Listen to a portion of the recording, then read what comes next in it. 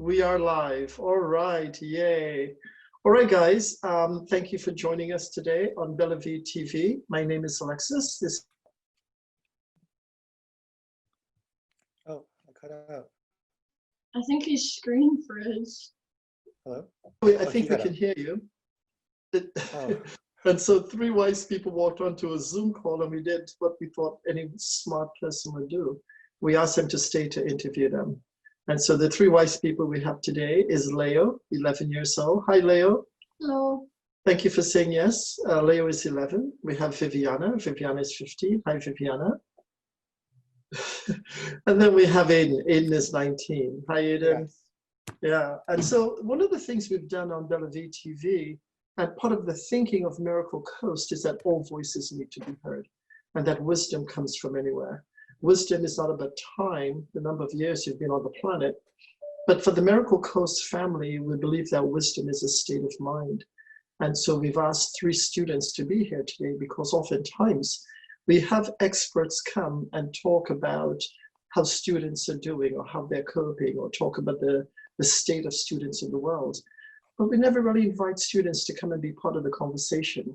And so today we thought we'd do something really, really crazy. We thought we'd actually invite students to come and speak for themselves. And so today we have three students. They'll inform you as to who they are, how they're coping, their wishes for their lives, their dreams, and you'll be informed and better for it at the end of the show. So Leo, let's start with you. Okay. So tell us a little bit about yourself, Leo, and what you were doing before the coronavirus. What was your life before this? My life before the coronavirus was actually very active. I got onto the soccer team that I wanted to get on, and I was in like a ballet studio. And for school, there's like this big thing every year. It's called Town, and where it's like money, and you kind of sell stuff to people, and they could buy it. And at the end, there's a giant auction. Like after we heard that it was canceled, like we were just all so bummed, and we just didn't know what to do after that. So you had a pretty active life before Corona. I mean, you were involved in dancing, you were in ballet. Talk a little bit about that. What was there a planned program for? Oh yeah, for my ballet, there's gonna be the like yearly performance, and it was canceled. And my first soccer game, like our actual soccer game, not training, was like gonna happen, but it didn't happen. Do you remember where you were when you heard school was going to be closed? Do you remember? I was actually not in school. I actually left school and didn't go to school for 3 days before they announced that school's not going to happen. Because I didn't want anybody that I knew getting coronavirus. Okay. So you were, when you heard the news, you wanted to ensure that you were safe and your classmates were safe. Mm-hmm. And so, but prior to that, you weren't in school. Were you on holiday? Were you taking some time off? Was school out of session? I was at home. Okay. Like even though like nothing going on, I was just at home ensuring the safety. And do you remember what your emotions were when you discovered that school was going to be closed because of Corona? Do you remember what your initial feeling and emotion were? I was really bummed, but it's not too bad anymore, actually. I mean, I get to have fun with my friends and talk to them on a different app instead of Zoom called Discord, and it's pretty fun. So you've adapted to it, even though you no longer physically see your friends. I'm assuming you no longer physically see your friends.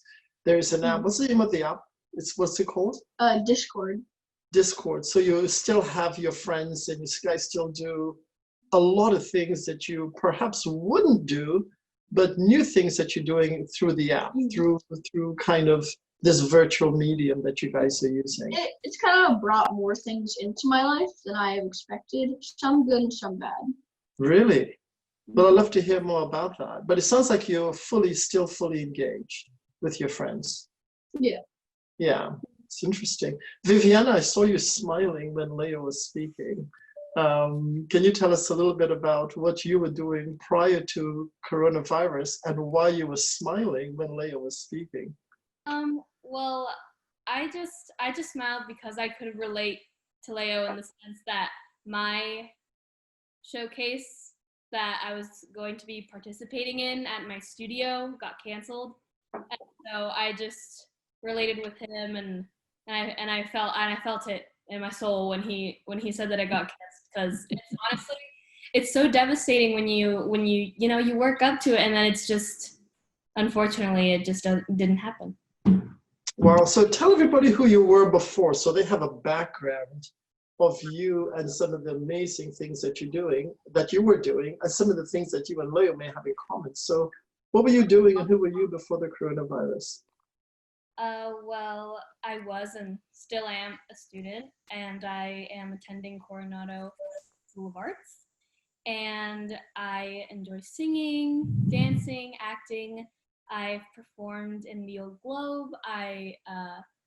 Specifically, I performed in How the Grinch Stole Christmas for 3 years, and I've done a couple other shows at the San Diego Repertory Theater, and yeah, that's kind of who I am and how I spend my time, and I really enjoy it. So you're a performer. Tell us a bit about how you got the part in The Grinch at the Old Globe. Now you're 15, and you said you've been doing this for 3 years. So that means you started when you were 12, about Leo's age. So how did that come about? How did that happen for you? Well, I had always taken like classes and camps when I was little. And so I've always been interested, but I never really looked into it until I was starting middle school. And so I auditioned for a show at junior theater, and I got in, and I did another show at junior theater. And then literally after I only did 2 shows, I went for the jugular, and I went and I auditioned for the Old Globe, and somehow I got it. And I'm just so glad that I did, because it's such a close family. And I actually run the Grinch Facebook page. So we have this little group, and I post updates about people who have been in past years in the Grinch, and I post what they're up to now and shows that they're going to be in. And yeah, it's really fun to just stay connected with everyone. It's very nice.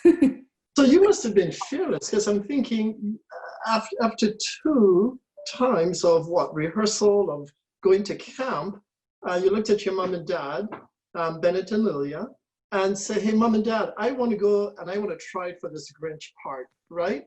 And Yeah. did they think you were crazy? Did they think, what the heck is she thinking? I mean, she's only been to 2 camps.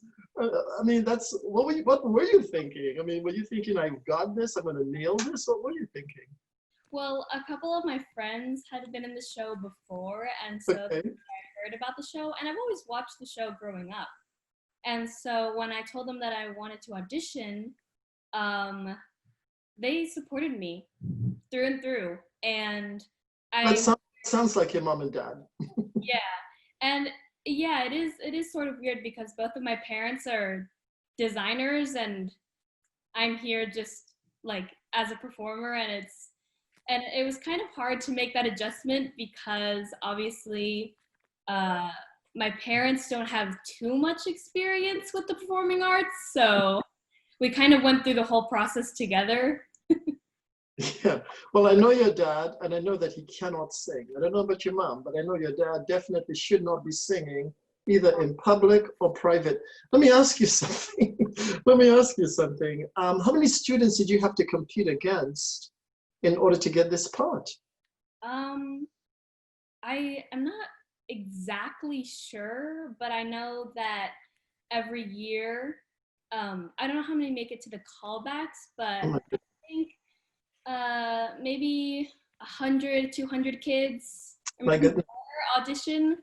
I'm not exactly sure, but when I went in, they have groups and they audition you in groups and then they call you in one at a time. And in the group that I was in, it was about like 15 to 20 kids. So, and that was only one group. And so, yeah, I didn't really notice the big crowd just because I was kind of focused that day and a little bit nervous. So, Interesting. Well, congratulations. It sounds like you're really talented. And so the Grinch is on hold for in perpetuity now, right? Is there any plans to do it this year, or is it on hold? uh, it's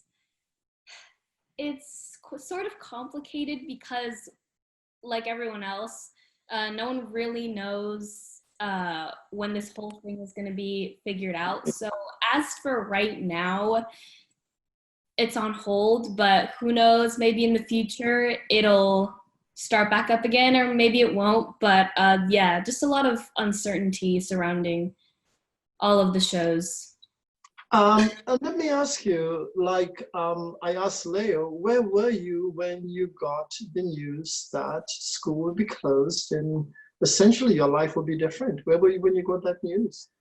I was actually in my at my school, and I had heard about it a little bit before because it's kind of buzzing around the school because everyone was looking at the updates and wondering if my school was gonna close.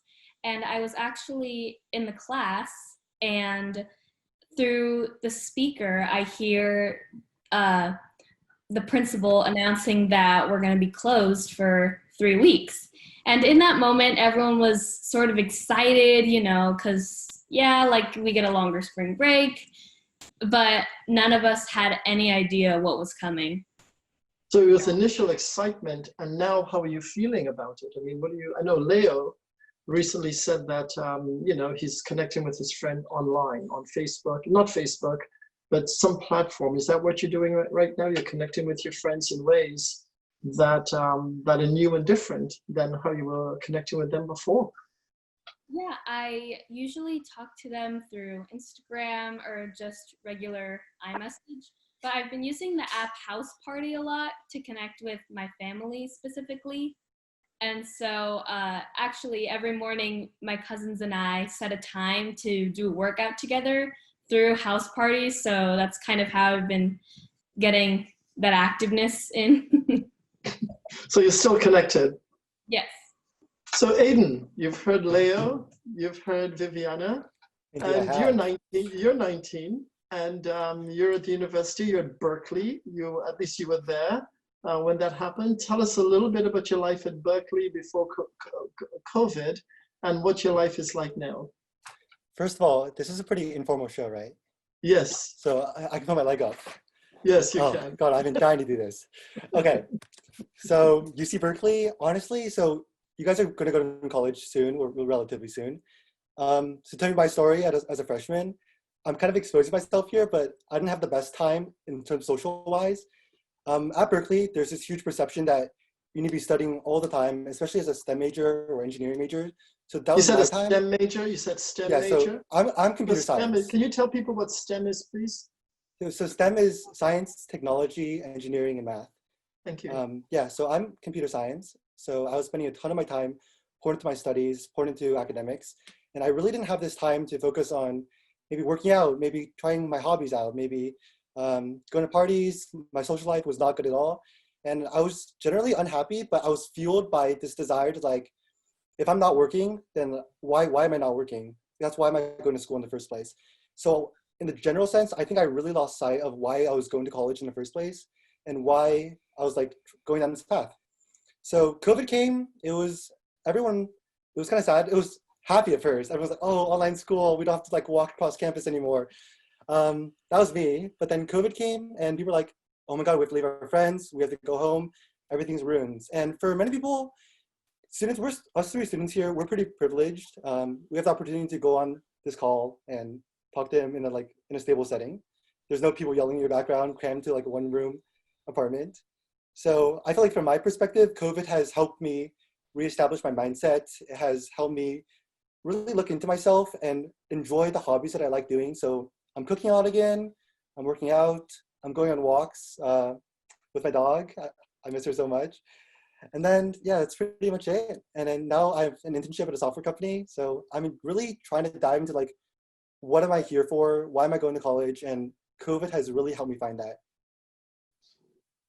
Interesting. Vivian, I see you nodding your head. Do you agree? Yeah, I totally agree. I think that especially now, it's a great time to take up a new hobby and just take the time that you didn't really have before. Leo, I know when you and I spoke earlier, you had talked about the same thing, that in some ways COVID has really kind of helped you discover new things that you wanted to do. Can you talk about some of those new things you're doing now that you weren't doing before? Yeah, one of the things is I feel like I'm actually kind of more like I talk more to my friends now than I usually do when I'm just in normal school, or like I make way more YouTube videos. Like if you see here, Because one of the things I know you've done is you've established a YouTube, yeah, my YouTube channel. Yeah. And it's just starting out, but I've posted quite a lot of videos just in quarantine because of what's happening, and it's really affected like how I've done things in my life, and It's interesting. So sorry, go ahead. And it's really affected my school. Like I'm really worried about next year because I got into the school of my dreams, but since COVID happened, now like it's gonna be really hard to catch up with the tests and everything that's just everything that's happening. So. Aidan, I see you smiling. What were you smiling about? Okay, so actually I told my friend about the show and they're all texting me about it right now. The wonders of mobile applications.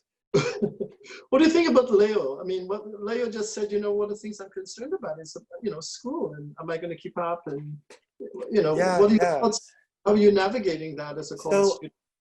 I feel like I'm also an education major or minor, and I feel like it's a really difficult time for everyone, especially teachers and educators, to navigate.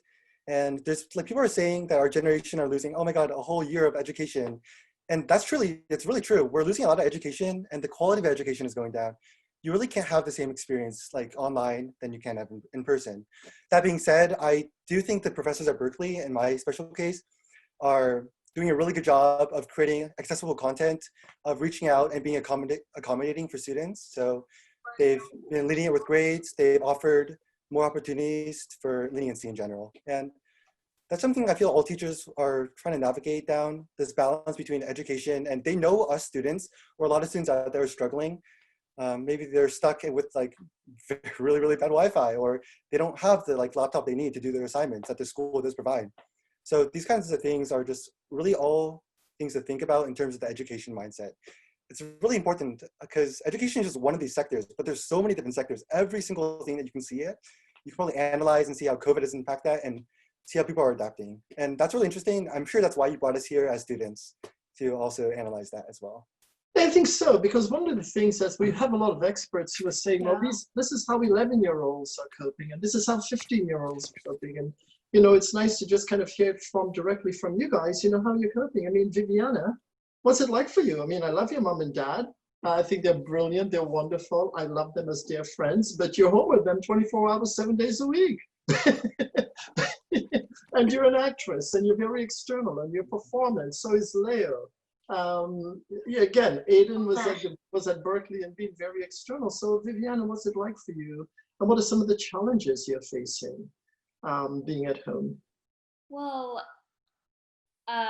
for one, I'm a pretty social person. So the fact that I can't have like actual live human interaction is very hard for me. And two, like I mentioned before, I choose to express myself creatively. So not having a set place in which to do that has been difficult for me because now I have to move furniture if I want to dance. So you're building muscle. So it's actually helping you to become more fit. It's It's a wonderful thing. And so that adjustment, I know you have a sister also, so you're not going through this alone. And I know Leo is an only child, and I know, Aidan, you have a brother, right? And so is it easier having a sister or another sibling in the house, or is it easier, Leo? What's it like for you, you know, being the only child? I mean, it's quite boring, actually. Well, it's a plus and a negative. I mean, at least I don't have to like fight with somebody 24/7. Or and the other side is I'm really bored all the time and I have nothing to do, so I just put my attention on the computer and watch anime all the time instead of paying attention to anybody else. So. Yeah, and it seems like the computer has become kind of a way for you to be creative and a way for you to also cope, right, Leo? Yeah, it's like my escape from what's happening right now. Can you tell us how? I mean, how is it your escape? When you say the computer, it's kind of like it. I'm in my own creative world. Like it. It's kind of like if you're sleeping, you have dreams and stuff. That's kind of like what it is for me. Like you're in your own world, doing what you want, and yeah, and you have no worries, nothing like no stress or anything going through your head. It's just playing something right in front of you. And, yeah. Does that resonate for you, Aidan, in any way at all? And Viviana, does that resonate for you at all? How do you? Leo is saying the computer is a way for him to not only escape from kind of the reality of what's going on, but also to create and it kind of soothes him. It kind of brings in some comfort that he can go into this world and kind of create and innovate and do things he normally wouldn't do. Is that what is the vehicle for you guys to have that opportunity to cope and escape? Is the computer the vehicle for you guys as well? If you want to, I can go. So I feel Leo's version of coping and creating is the computer. It may not be everyone's version of coping and creating, but it's definitely a valid version. For me personally, just really diving into like myself again. As I was saying, I love to cook, so I've been cooking every single day, and it's not been good for my health because to cook good food, you need that butter, you need that fat, but you know how it is. Some other things, I've really tried to get more into maybe down the career path I want to go to and really think about my careers, because at my point in life, I'm getting old. Like you may not think I'm old, but I think I'm old. Like turning 20 is a pretty big milestone for many people in their lives. 2 decades. So I'm really thinking, wow, is computer science the career I want to go down? So that's what I'm exploring right now through this internship, and I'm thoroughly enjoying it. Also, definitely talking to my friends a lot. I feel that's a really good escape. Just sharing your experiences and emotions with your friends, having that support system around you. That's a really important thing throughout your life, not just our age. You know, Aidan, what comes up for me as I hear you speak is that, you know, you said when you were at Berkeley, you were really focused on working and really focused on, if I'm here, then I have to work. And then the virus happened, and then you kind of came inside and go, wait a minute, is this what I want to do? I started cooking. I started like looking at my feelings and kind of really kind of planned the trajectory of my life. And it's almost as if the coronavirus is giving you an opportunity to kind of leave the outside self and come into the inside self and kind of integrate those two selves. Am I hearing that correctly? In a way, I feel like I've always had this self inside me, especially in high school. I was more outgoing, more relaxed, more fun, just really focused on what I want to do. And then once I got to Berkeley, that atmosphere, that really competitive atmosphere really drove me to be something more reserved, like more introverted. So now that I've been back, I've honestly been in a better mindset. It's been a lot better for me in general. So yeah, I do agree that I've really come into myself again, not just for the first time. I've always had these hobbies. They just got repressed when I was at college. And so if yourself now could say something to yourself at Berkeley, what would this self say to the self at Berkeley? I've had these discussions before with their friends. My question to myself before was like, Aidan, is that 100 on test like really worth it? Is that A over an A minus really worth it? Is it worth missing out on like the fun, the connections, like the memories that you would create? Maybe go down to SF for a trip or go out to eat maybe once in a while. But I would say just like stay true to who you are. I know that's kind of overused, but it really is true. There's a reason why it's overused, because it's just really the best advice you can give someone as they're going down a new path is never lose sight of what you want to do in the beginning. You know, Vivian, as a dancer, I see you nodding. How does that resonate with you? Because you're a dancer, you're driven. I mean, if you're 12 years old, you want to be in the Grinch, your mom and dad didn't say, hey, why don't you do it? You told them, but you wanted to do it. You're obviously competitive. One of the things you say, if I want to dance, I just have to move the furniture. And Viviana, I can see you moving the furniture. I can actually see you doing that. So how does what Aidan just said resonate with you? Is there a connection between what Aidan is saying and how you may have felt or feeling? Yeah, I definitely think that in the beginning, when I first started high school, when I first started attending Coronado School of the Arts, I was, just my competitive spirit was definitely up just because the industry itself is so competitive. And so I feel that I always have to one-up myself in order to actually improve. But as I've spent time and I've grown relationships, I see that having friends and living those experiences is also super important. Mm. And you would not have had that experience, you wouldn't have had that realization if it wasn't for this time to kind of be inside. I mean, the show is called Interiors, and the reason I called it Interiors is just for this reason, right? The external self is lost, and now we have to live in the interior of our house and in the interior of ourselves. And what I hear you and Aidan saying is that there's something about having come into the interior of myself to realize there's some value in here also that has real world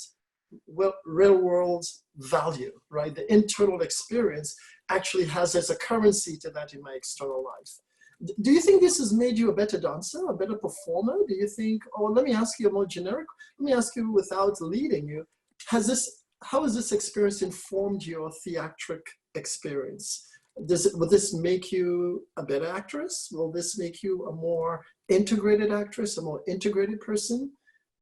Yeah, I think that just because I'm experiencing like new things that I didn't know that I was capable of, like I just like go to places mentally that I didn't know I could before, and so now I feel like I have more of an emotional range when I'm acting, just because having felt those emotions, now I can apply it to my art form. Interesting. And Leo, I know that you're an only child because we've talked about this, but what have you learned about yourself? Because you're also a dancer. I've seen you perform at your mom's restaurant. Leo's mom is Amanda, who is the owner of Bella Vista Social Club at the Miracle Coast. And I've seen Leo dance. I've seen him perform. And so, Leo, has this changed you in some way at all, where you may be a better dancer, a better student, but more insightful person? I mean, it has definitely not made me a better dancer. If anything, it's just lowered my chances of being one of the better acts in the show. But other than that, another big thing that's changed about me is like how I interact with people nowadays. Mm-hmm. And how is I'm always spaced apart, even though I know nobody has the coronavirus, and I'm still going to act this way even after the virus, because I think people are now going to realize that how easily a virus can spread, and what we're doing is actually like really wrong. And like the amount of time that it took the virus to get from China to here was like insanely fast. So I think people will start realizing that we need to space out sometimes. we need to space out? So it's made you a little bit more cautious about life. It's made you a little bit more, I think, have an understanding that things can happen quickly that will change the world and change your life. Is that what you're saying? Yeah. Yeah, there's certain things that can happen very quickly that can actually have an impact on your life. And so as a result of that, you're going to be a little cautious, be a little more distant from people, and be a little bit more cautious about how you move in the world. Is that what you're saying? Yeah. Yeah. Aidan, how does that resonate with you when you hear Leo say, because he's 11 years old, and he's saying, hey, look, I'm 11, and I need to be a little cautious. My worldview is to be cautious because things can happen in the world at a very, very fast rate. And I'm 11 years old, and so this virus has informed me to be, I'm going to be friendly, I'm going to have friends, but I'm going to be a little cautious in the world. Does that resonate with you also? Quite the opposite, actually. So when this is all over, Leo, I think one big pet peeve that I have with people is that when they're too cautious, they're too scared to do what they want. Like maybe if they ask the teacher for a question and they're afraid to get their answer wrong, or things like that, or just hanging out with your friends because you might get a virus that's already passed. Things like this have happened before, and it's very nice that you're thinking of this cautious perspective, but it's also just the fact that we are humans and we crave physical and emotional contact. That's just who we are, and to be void of that and to actively go away and not seek that, it's very unhuman in a sense. And I agree. Alexis talked about this before, that we have some lessons to learn from this virus, but I feel like being cautious is one thing and not having emotional and human contact is another. So I think it's interesting that Leo's invitation to the world, at least, or to himself, at least at this time, is, hey, I'm going to go into the world, I'm going to live my life, but I'm going to be a little cautious because this thing happened really quickly. And Aidan's invitation to himself, or his conversation with himself, is just the opposite. I'm going to be more intimate in the world. I'm going to be more engaging in the world. It's going to make me want to have a fuller life with my friends and be more engaging with them. What do you think about that? What do you want to say to Aidan about that? Leo. I don't really know, and I think we have both different opinions. No, that's fine. Also, one point, I feel like the virus didn't come as fast as we thought it would, or as fast as maybe the media perceived it as. I was kind of really into the news and all aspects of the news of this virus from the very start, and it took quite a few months to impact truly, probably 2 or 3 months. And I feel like that's a lesson that we can learn from, maybe from a government standpoint, from a personal standpoint, of how we react to these viruses and how we react to these world events. And I'm sure that's something that we'll learn about, or I pray that's something that's our government's going to learn from. But it's up to us as well. They're going to go away soon. I'm sorry, Alexis, but we're the next generation, and we have to learn from our mistakes and this generation's mistakes. No offense. That's no offense taken. We haven't done a good job. We have in our generation, and I see Viviana nodding in agreement with you, but our generation needs to really ask you guys for forgiveness. Our generation have not done enough to hand you a world that is the kind of world that we should be proud of. We've done a lot of good things. We haven't done everything wrong, but there's certain things we need to ask you guys forgiveness for because we knew better and we know better. And so you're absolutely right. I mean, if you were to turn around and look at us and say, why are you giving us this type of world? Don't you know better? We'd have to hang our head in shame and ask you for forgiveness. But I see Viviana nodding her head. So what were you thinking, Viviana, with respect to what Aidan shared? I was thinking that moving forward, a lot of people should be more environmentally aware.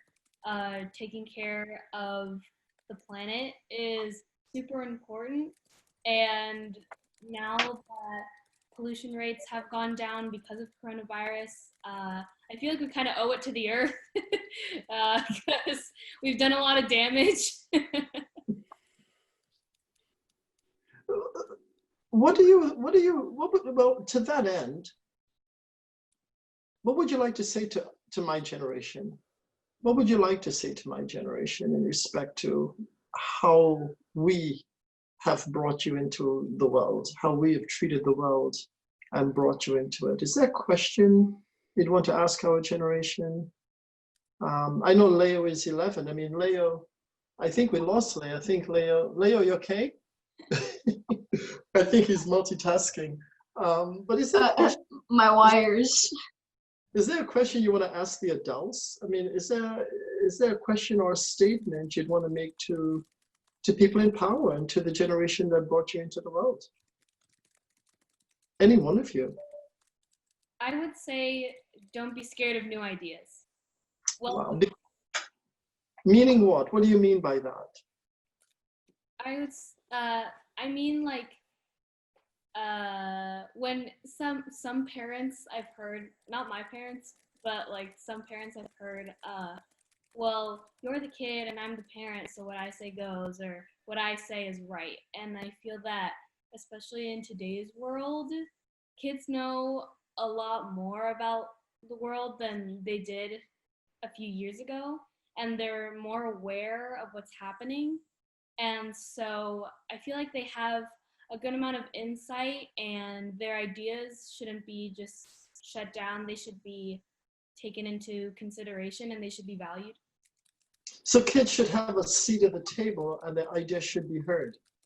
And you feel there's a generation who shuts that down, who doesn't value your word or your ideas or your perceptions because you're, quote unquote, you're a child, right? And so there's no equity in your being able to speak or sit at the table and say, here's my ideas and here's my solutions, or here are the things I'm thinking.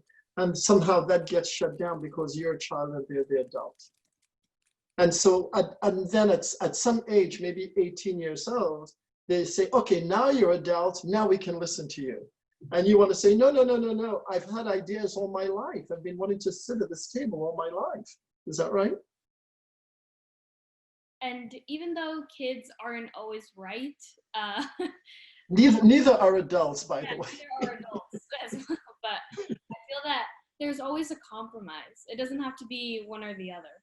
As long as everyone's ideas are valued, then I feel like that's more productive than if only one person would just dictate the whole thing.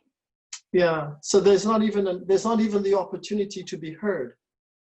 Even, right? It's not just that we're not listening. It's that we don't even want to hear you speak almost. In terms of your generation, Leah, how is that for you? If you had to ask adults a question, what would the question you would ask them? It's kind of similar to hers. It's like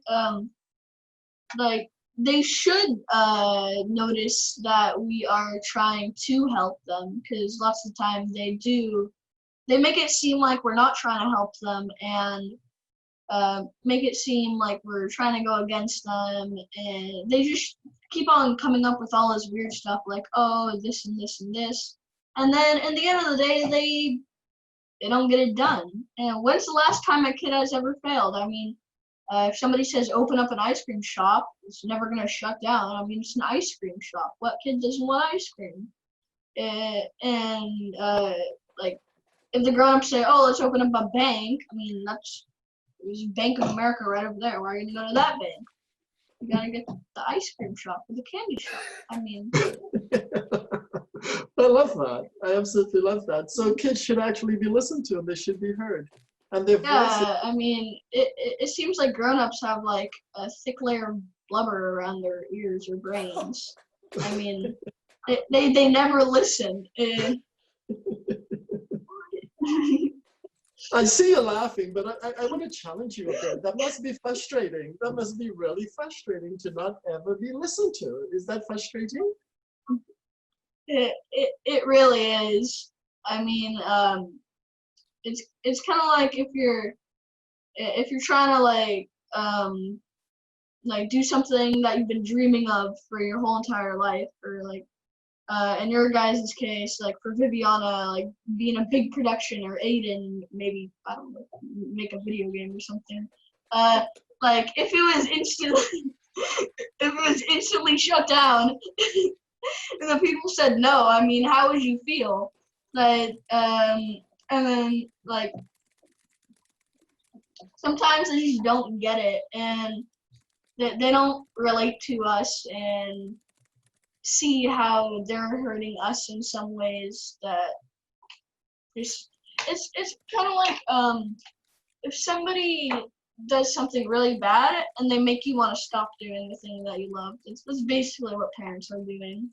I mean, yeah, Aidan, you feel, I mean, I'm hearing what Vivian is saying, and I'm really hearing what Leo is saying. And what Leo is saying is like, hey, I get shut down because I'm a little kid. No one listens to me. My ideas aren't really taken seriously. And then he said, you know, it's the kind of thing like if you had a dream all your life and you wanted to do it, and no one would let you execute your dreams simply because, you know, you're a little person, because you're 11. I mean, at 19 years old, you're at the university. You've got dreams, hopes and dreams for your life. I still want to hear about your cooking because I heard from your mom, it's amazing. I heard you're an amazing chef. But you have hopes and dreams for your life. And are you feeling a bit like Adriana and Leo in some way? Is there some aspect of being 19 where you're feeling not listened and not heard as well? One big thing that I've learned while away, while university, because Berkeley doesn't give anything to you, you have to take it for yourself or go for it for yourself, is that if you have hopes and dreams, I'm talking to you, Leo and Viviana, right now, if you have hopes and dreams, do something about it. Like, I see you're starting your own YouTube channel. I like that. I see you. You're acting gold in the Globe. I love that. So if those are your hopes and dreams, pursue that right now, because no one can really stop you except your parents. Well, okay, they have legal rights over you, so of course they can stop you. But you are your own hopes and dreams, and no one's just gonna tell you no. They may not tell you like, they may not, oh, we're not gonna fund this, we're not gonna fund that. That's okay. Just go to the next person, the next person, the next person. Eventually, if you just keep on working hard and you keep on following your hopes and dreams, you will achieve them. Just don't give up. So I feel like from that aspect. Also, I actually don't want to code video games when I grow up. I want to be. The reason why I'm going to computer science. No problem. But the reason why I'm going to computer science and I'm also doing education on the side is because I really want to use these like computer science as a platform for education, as a platform for raising people up out of like these minorities, out of these really impoverished groups. So I took a trip to Panama one summer with my high school. Did you say Panama? Panama, yes. Okay. So the whole idea about Panama right now is that they're really on this upward trend because of the canal where they were. But what people don't realize is that there's such a underprivileged or impoverished community over there that really does not have access to the same educational benefits and just this, honestly, same rights. I think education is a human right. And when people are like, for example, I know tutors who are charging $200 per hour. And that just like, it just frustrates me so much because how can you charge that much money and just like separate like the economical borders so much?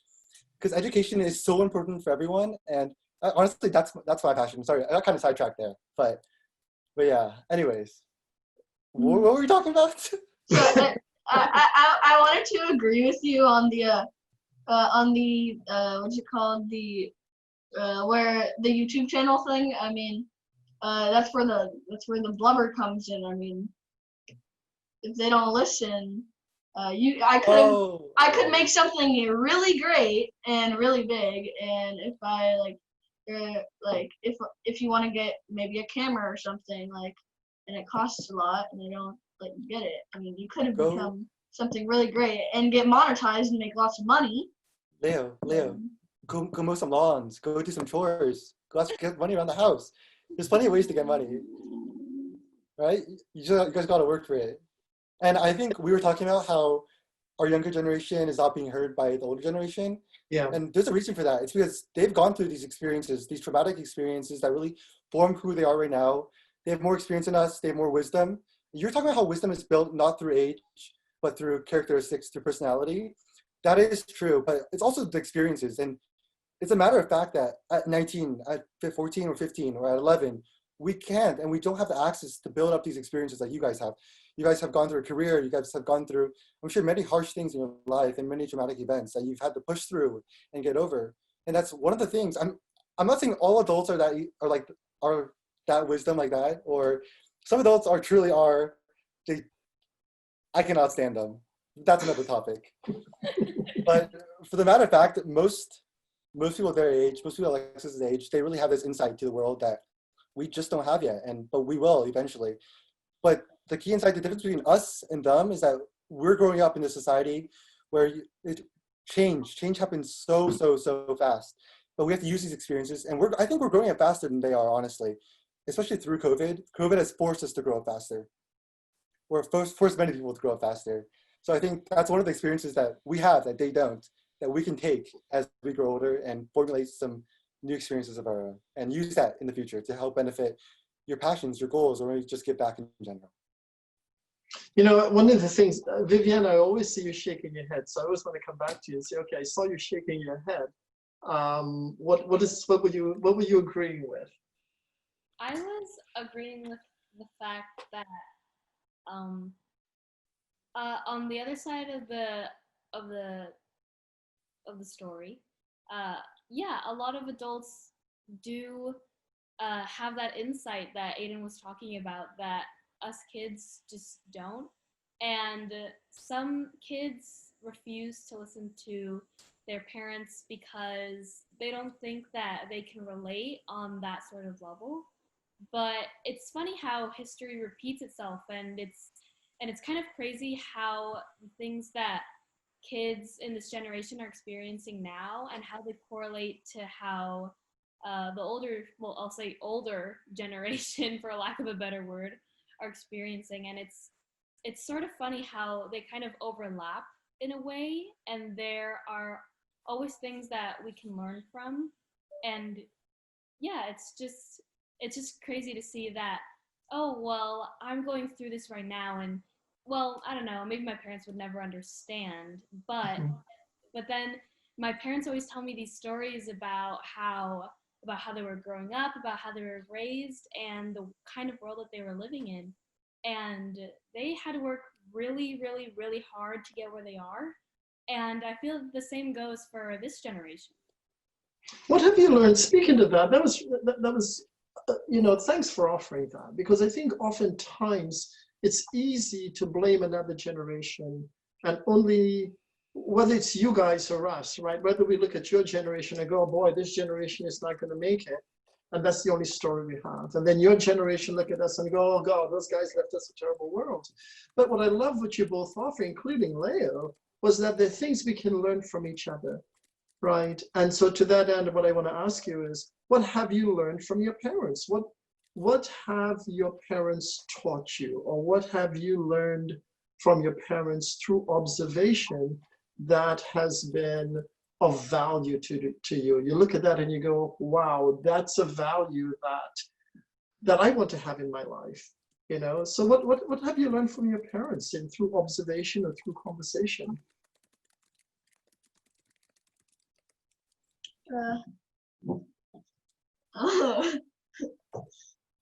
I don't really know. I guess being wholesome and nice to people, not judging people right away. Like if somebody at Starbucks gets like a really large cup, like coffee, like I don't drink all that. Like no, you just don't judge people.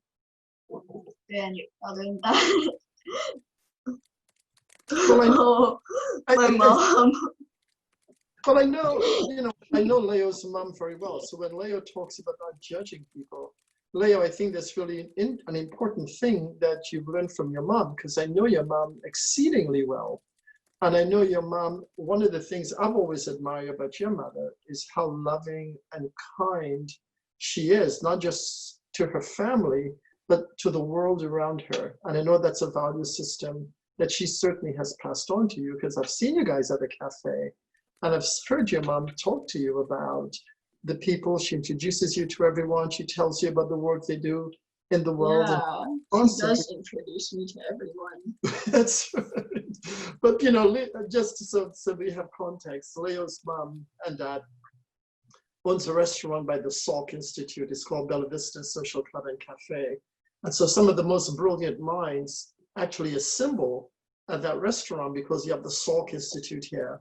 You have the Sanford Burnham, or the Burnham Sanford Institute here, and then UCSD across the street. So on any day of the week, breakfast, lunch, or dinner, you can go into Leo's mom's cafe and meet some of the most brilliant people in the world.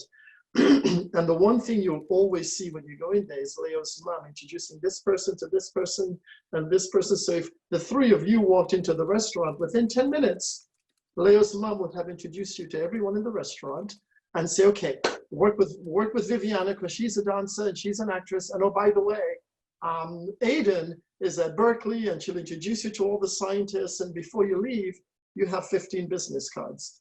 And so Leo's mom is the person in the world who's constantly bringing people together. So Yeah, well, I'm just the one downstairs watching stuff. and you're the one downstairs. Aidan, what have you learned from your mom and dad? What has your parents taught you? Well, you've met my mom, right? I know she's your one of mom a very kind. well. She's, Your mom is lovely. I'll tell you one thing about mom, she does not take no for an answer, and she gets what she wants. She'll go after anything, no matter what. And that confidence, that inspiration, that drive, like, that's what inspires me. That's, honestly, coming back from college, I've had such a greater appreciation for my parents, and like the way that they brought me up. They let me have this freedom. They let me discover myself on my own, and I'm sure they can hear this right now through the door, or maybe they're in the call. But I don't have a very communicative relationship with them. It's more of a passive one. But that passiveness is what has forced me to grow up from a very young age. I've also been independent, and I can thank them for that. Yeah, well, I like Leo, I know your mom very well. Your mom and I have been friends for quite some time. And your mom is one smart, tough, kind cookie. Your mom is tough. She's resilient. She's amazingly smart. And she's just a lovely person, and she loves her family. So when you talk about your mom, and she's funny as heck. If only those were passed down to me. How about you? How about you, Viviana? What have you learned from your mom and dad? Who I also know. And they're smart and they're funny and they're brilliant. And your dad and I have spent hours just talking, and I love your dad's mind. But what have you learned from your mom and dad, either through watching them or through conversations you've had with them? I think the most important thing that they've taught me is never forget where you came from, because my dad forgets a lot of things. Sometimes he forgets what he's getting when he goes to the fridge. But when he drives to school every morning, my dad always remembers his old houses and his old high school, and always mentions me. And I just think that never forgetting where you came from is a super valuable lesson, especially in today's society where the sky is the limit, and sometimes big time celebrities or people like that forget about the little people and the people who have helped them in the process. And so I am very grateful for every single person that has helped me get to this point. And I always say thank you a lot because, I really mean it. So that's something important. Viviana, I love. Go ahead. I speak. Oh yeah, Viviana, I love that you brought that up, because I think it's really important from our point of view and from others' point of view. If you start down lower, maybe not as like privileged, not as much money, it really helps remember from where you came from to keep that drive going. But for us, we've been kind of handed this opportunity on a plate, honestly. We are so blessed, and it's also important to remember that we were popped up this way. We didn't work this hard. I'm sure we worked really hard, but it's simply not just this. It's not the same. It's not the same as working from the ground up to where we are now. We were given something, and we can thank our parents for that. And I love that you said that, because it's really important to remember our roots. Even if we are successful as we grow older, or as we continue down this path, it's really important to remember that we weren't just given this, but we should always just give back in general. That's beautifully said. So we're almost done with this time. Our time is almost over together. So my last question to all of you is that in this time of Corona, I mean, this really is a significant moment in your life. At some point when you have children, they'll say, Mom, Dad, what was it like to live in the time of Corona? How did you guys survive? The world was crazy. There was a great deal of uncertainty. And how did you survive? I mean, what was the values that drove you, and how were you able to be resilient? And so my question is for you, thinking that at some point you'll have a child of your own or children of your own, what would you like to tell them that the coronavirus taught you that led you to be the person you are 20 years from now? So 20 years from now, Viviana, you'll be 35. Can't imagine that.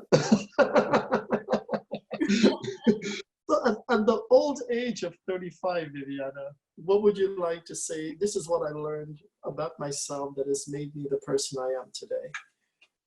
I'd say that I have realized that I'm much more of a patient person than I thought I was. Before, I didn't really consider myself the most patient person, but I've realized that I actually can wait it out. And well, in the situation, we're kind of forced to, but I didn't think I actually had the capability to before. But and another thing is, I would say to my kids, stay in touch with people, and not just like following them on Instagram. Like, keep having conversations with them, check in on them, because before, when I saw people who I haven't seen in like a while in public, I kind of hid a little bit because I didn't really want to get noticed by them. And my mom always encouraged me to go talk to them, and now I really understand why. But yeah, that's something that I would say to my kids. Wonderful.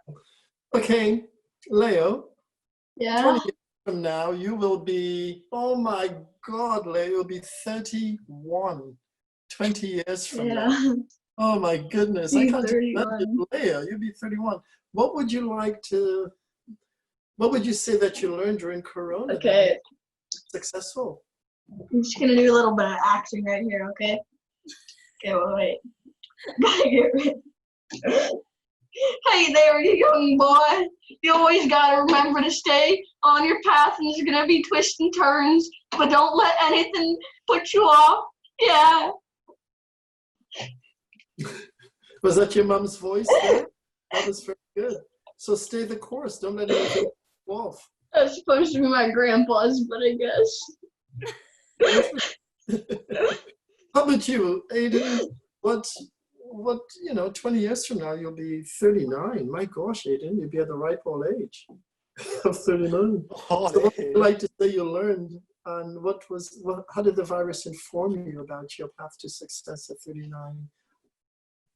Assuming I am successful, definitely just, as Viviana said, stay true to yourself and keep on reaching out, keep on checking on your friends, and really just when you're going down this path and you hit these hurdles and you hit these bumps, remember where you were when you're at your peak, when you have a set goal and a set vision. You still remember that throughout it all. Even if you lose sight of it, eventually always come back to it. In the end, you never lose this passion that you once had. And I feel like I'll probably lose it again, honestly. Like, I might want to do something else. I might want to go to culinary school. I might want to go to become a teacher. We'll see. But through it all, I just know the main focus I want to do is use education as a platform. And I feel like that's going to be the key to my success. Just focusing on something that I'm really passionate about. Fantastic. Well, I think you're all very passionate. I know all of you through your parents. And I know that passion, and a passion for learning, a passion for life. I know values of treating others with respect, values for education, values for family, values for being a person who is not only responsible for yourself, but being a good citizen in the world, are values that all your families share, because I know them so well. And so, Viviana, I want to thank you for taking time out of your day to kind of educate us about what 15-year-olds think and how they move. I hope that the old globe is reopened soon and you're back on schedule or in some form of that. Leo, thank you for sharing your time with me. I love the fact that you're creating and innovating on your computer and creating things that I don't think you would have created if you weren't in school. And I can't wait for you to get back to dancing. And Aidan, the fact you have become more internal and actually recognizing the gifts within you so that you can give expression to that with your education and creating what you would call it, equity in the world, bringing education to the people in Panama and all that is something that, hold on, I have another Zoom call. That's what just happened. But I see the beauty in all of you. That's what I'll see. And I want to thank you guys for spending time with us. So thank you so much. This show, ladies and gentlemen, will be on YouTube in about perhaps the next week or so. It'll be on Bella Vista TV. I want to thank all my wise friends for joining me today. And Bella Vista Television is, you'll find it on Facebook at Bella Vista Cafe platform. This is Interiors, thank you, and we'll see you guys again soon. Thank you, guys. Okay, Thanks, wait. Alex. Thank Jojo. you. I gotta say one thing before I go. I Yes. have to shout someone out. I have to shout my boy Nico and all of my other friends like Rickshawn, and I'm out. And subscribe to Malphizius, my YouTube account. Okay, bye. Take care. Bye-bye, guys.